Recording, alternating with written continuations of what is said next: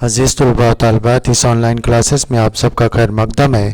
عزیز طلباء و طالبات، آج ہم علم سیاسیات کا پہلا سبق 1991 کے بعد کی دنیا کا مطالعہ کر رہے ہیں۔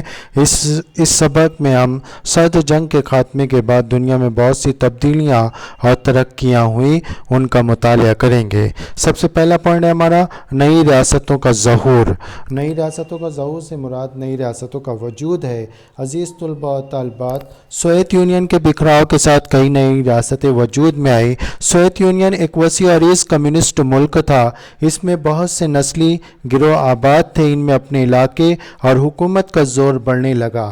نسلی گروہ حق خودداریت کا مطالبہ کرنے لگے، جس کے نتیجے میں سوویت یونین کا بکھراؤ یا انتشار ہوا یا ٹکڑوں میں تقسیم ہوا اور نئی ریاستیں وجود میں آئی، جیسا کہ آرمینیا، مولڈووا،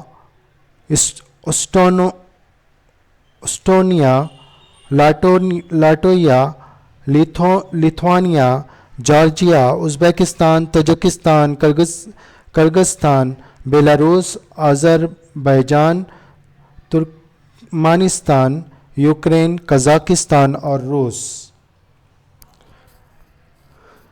مشرقی یورپی ممالک میں کمیونسٹ حکومتیں تھیں۔ وہاں کا متوسط طبقہ مزید آزادی اور خوشحالی کا مطالبہ کرنے لگا۔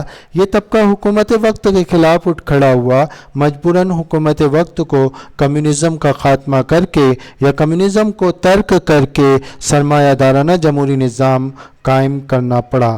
مثال کے طور پر چیکوسلواکیہ کی تقسیم دو نئی ریاستیں چیک ریپبلکن یعنی سلاوی ریپبلک وجود میں آئی۔ اسی طرح سے یوگوسلاویکیا کی تقسیم کروشیا، سلوانیا، سربیا، بوسنیا ہرزیگووینا، مقدونیہ اور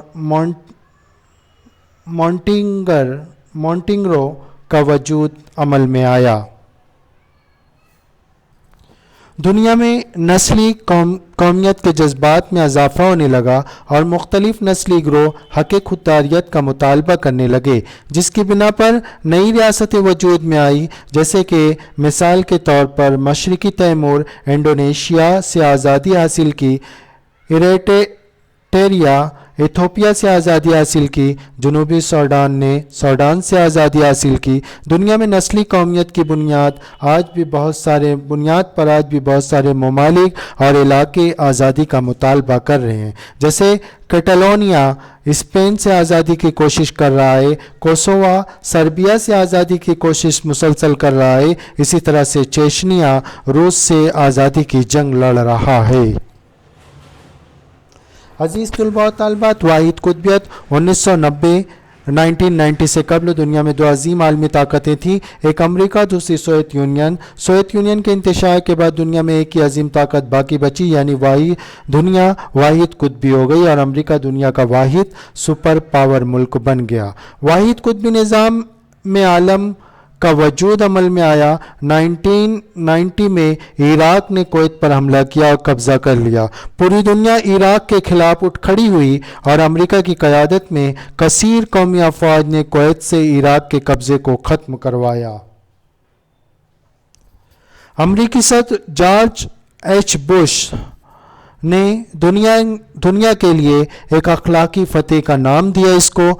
اس وقت ایک نئی اصطلاح، نیا عالمی نظام، نیو ورلڈ آرڈر وجود میں آئی۔ اس جنگ کی خاص باتیں درج ذیل ہیں۔ پہلا، کثیر قومی فوج نے کویت کو عراقی قبضے سے آزاد کرایا۔ دوسرا، امریکی اقدامات کو عالمی پیمانے پر حمایت حاصل ہو گئی۔ تیسرا، نیٹو کے ساتھ دنیا کے بیشتر ممالک نے امریکہ کا ساتھ دیا۔ چوتھا، سوویت روس نے پہلی بار امریکہ کی حمایت کی۔ پانچواں، نئے عالمی نظام کے نظریے کو عالمی قبولیت حاصل ہوئی۔ چھٹا، عالمی سطح پر امریکہ ہر امور پر غالب آ گیا۔ ڈیئر اسٹوڈنٹ، آزاد خیال جمہوریت یہ ایک امریکی نظریہ ہے۔ یہ نمائندہ جمہوریت ہی ہے۔ یہ شخصی آزادی کو بہت اہمیت دیتا ہے۔ اس جمہوریت کی بہت سی خصوصیات ہیں، جیسا کہ پہلی خصوصیت ہے عام حق رائے دہندگی، دوسری خصوصیت ہے آزادانہ اور شفاف انتخابات، منصفانہ انتخابات، تیسرا ہر سیاسی جماعت حصہ لے سکتی ہے، یعنی انتخابات میں ہر سیاسی جماعت حصہ لے سکتی ہے چاہے وہ چھوٹی ہو بڑی ہو۔ چوتھا جو ہے قوانین کی بالادستی سے مراد قانون کی حکمرانی، پانچواں قانون کی حکمرانی۔ تو اس طرح سے مشرقی یورپ کے بیشتر ممالک نے امریکی ماڈل کو، امریکہ کے اس نئے نظریے کو اپنایا۔ امریکی ماہر تعلیم جوزف نائے نے طاقت کو دو حصوں میں تقسیم کیا ہے، نرم طاقت اور سخت طاقت۔ وہ صلاحیت یا قابلیت جس کے ذریعے اپنے مقاصد و مفادات کو حاصل کرنے کے لیے کسی قسم کی زیادتی نہ کی جائے اسے نرم طاقت، سافٹ پاور کہا جاتا ہے۔ اسی طرح سے سخت طاقت وہ صلاحیت یا قابلیت جس کے ذریعے اپنے مقاصد و مفادات اور خواہشات اور ترجیحات کو حاصل کرنے کے لیے زور زبردستی، زیادتی، لالچ اور دھمکی کا استعمال کیا جائے اسے سخت طاقت